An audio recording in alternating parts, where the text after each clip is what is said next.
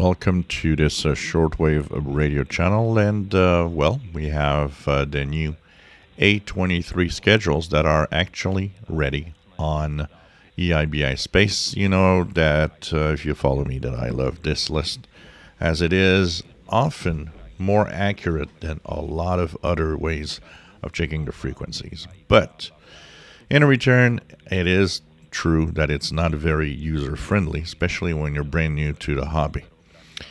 So I will actually do a series of videos that will show you how I use it, and also at the same time I'll explain all the abbreviations that I can explain when I actually use it.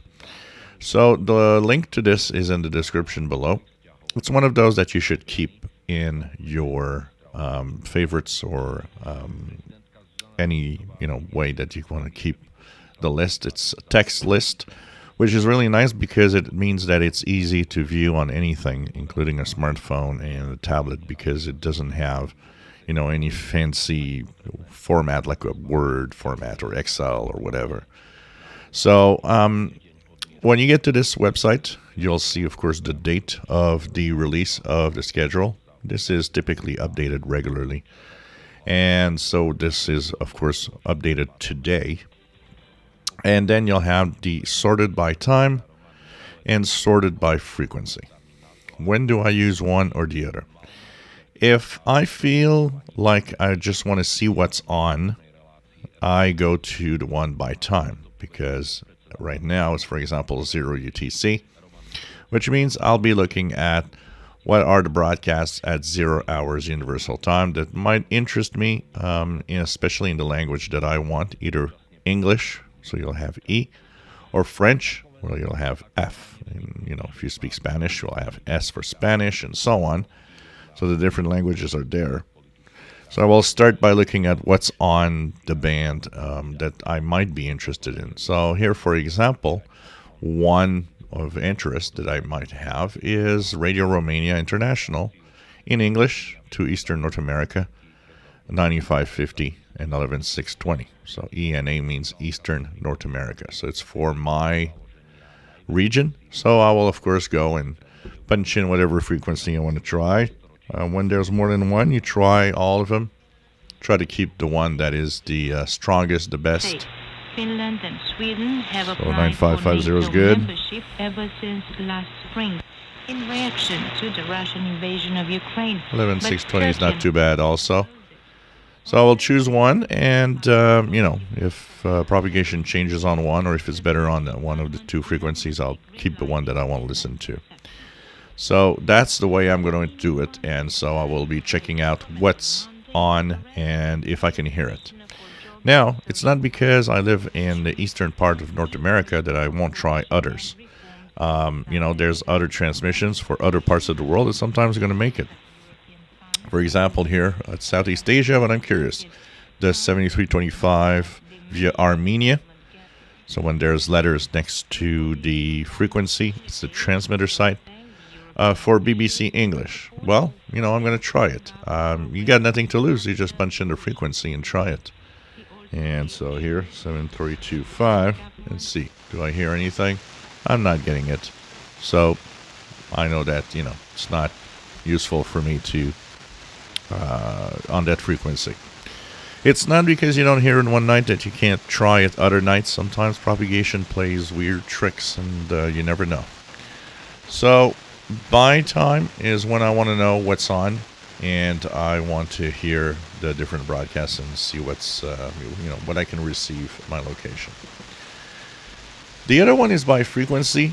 By frequency is useful because of the capability of searching for what could be on a specific frequency. For example, let me go back to the radio side. 7285, right here, there's a carrier.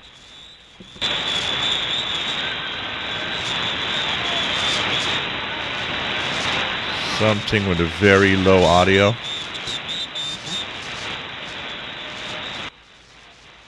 So I don't have much indication. Lots of interference from local hams.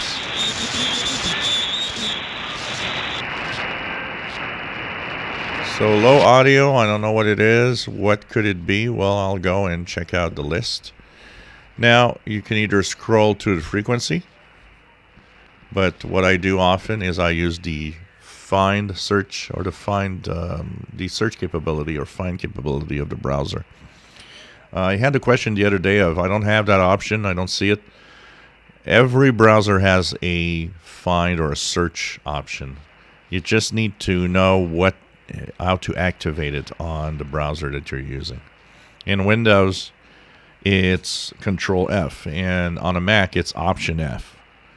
And so depending on what you're using, sometimes on a touch device, it's just holding the screen for a few seconds until a menu appears, and you might have the search capability. So here, I will use this, Control F.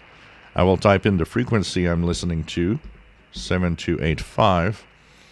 And then I will be looking at what's at this time, 0 hours Universal Time, 7285. Now, I already have a hint for a simple reason. I know that the Voice of the Islamic Republic of Iran often has low or bad audio.